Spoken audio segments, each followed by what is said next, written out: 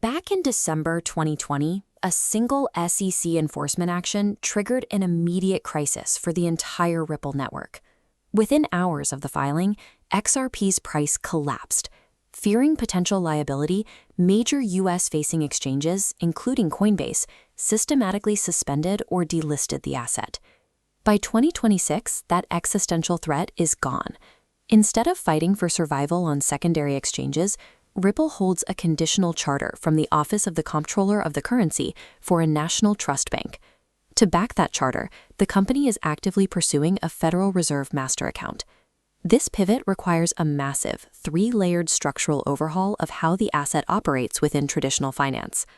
Those three pillars are a permanent judicial precedent, absolute algorithmic supply predictability, and new concrete legislative frameworks. To see how this system functions today, we have to look at how it was built from the ground up, starting with the bedrock of the federal courts. To understand Ripple in 2026, you have to abandon the concept of a startup token. It operates as an integrated financial system. The entire regulatory conflict originated here, with the SEC's allegation that every sale of XRP constituted an unregistered securities offering. That absolute stance broke down in July 2023 under Judge Annalisa Torres's summary judgment. The judge split the Howey test based on transaction type. Direct institutional sales of $729 million met the criteria, as buyers expected profit from Ripple's efforts. However, blind programmatic sales on public exchanges did not, as secondary buyers had no formal corporate connection. The ensuing appeals dragged on for another 2 years, finally concluding in August 2025, when both sides signed a joint stipulation of dismissal. This comparative data table shows the final resolution. The SEC's initial demand for a $2 billion penalty and permanent injunction was negotiated down to a $125 million fine, with the injunction fully vacated. Additionally, all personal charges against Ripple's executives were entirely dismissed. The settlement faced intense internal friction at the agency, prompting a formal dissent from Commissioner Caroline Crenshaw, who argued the deal weakened investor protections. Regardless of agency politics, the finality of that dismissal provided the absolute prerequisite for any highly regulated financial institution to touch the asset without assuming catastrophic legal risk. With legal risk isolated, institutional integration required solving a second variable, token supply predictability.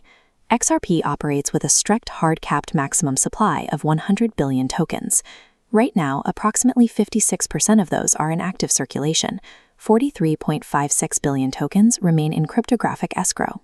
The protocol unlocks 1 billion XRP monthly, but Ripple systematically relocks 80 to 90%. Early 2026 data shows out of 4 billion unlocked, 3.4 billion were relocked, leaving roughly 150 million tokens per month for corporate use. On-chain data verifies that the bulk of these retained tokens move directly into non-exchange wallets to fund ecosystem partnerships and liquidity corridors, rather than being sold directly onto public spot markets.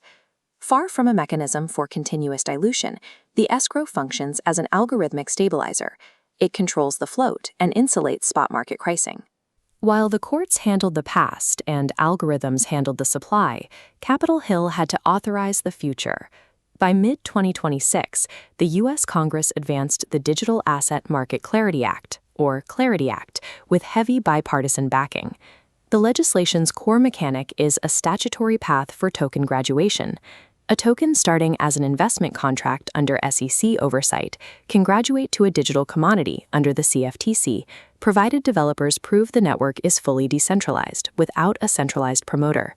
But the bill's most critical provision for banking adoption involves a specific accounting rule, the repeal of SEC Staff Accounting Bulletin No. 121. SAB 121 mandated that financial custodians list client-held digital assets as actual liabilities on their corporate balance sheets.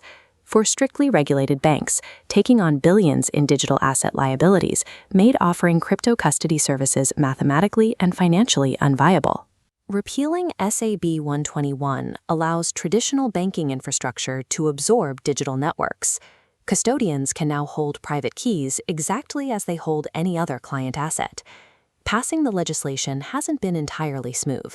In early 2026, the bill temporarily stalled in the Senate Banking Committee over partisan disagreements regarding the CFTC's expanded authority and commercial stablecoin yields. This friction forced the White House to convene direct meetings with banking and crypto leaders to hammer out a compromise. Stripping away SAB 121 removes the final barrier. It legally standardizes digital assets, bringing them up to bank-grade specifications. Ripple anticipated this exact statutory shift and bought the infrastructure needed to exploit it.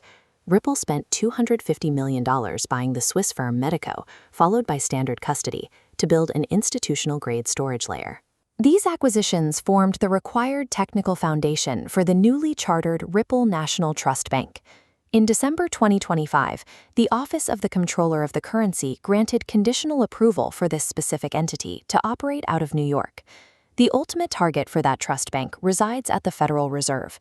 Ripple is utilizing its conditional charter to apply for a direct Federal Reserve master account. A master account provides direct, unimpeded integration into the FedWire and FedNow real-time payment networks. It completely bypasses commercial intermediaries and correspondent banks. By combining its own custody hardware, a federal charter, and direct central bank access, Ripple operates as a fully self-sovereign digital bank. When you view the completed 2026 architecture, the localized controversies of the past few years disappear into the structural design. The 2025 SEC settlement acts as the foundation, surgically removing the primary legal liability from institutional buyers. The cryptographic escrow sits in the middle, continuously neutralizing supply volatility and protecting the spot markets. The Clarity Act and the repeal of SAB 121 serve as the upper supports, legally clearing traditional banks to hold the asset.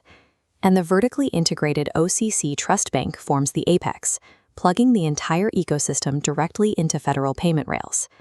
The convergence of these exact mechanics leaves the era of speculative tokens behind.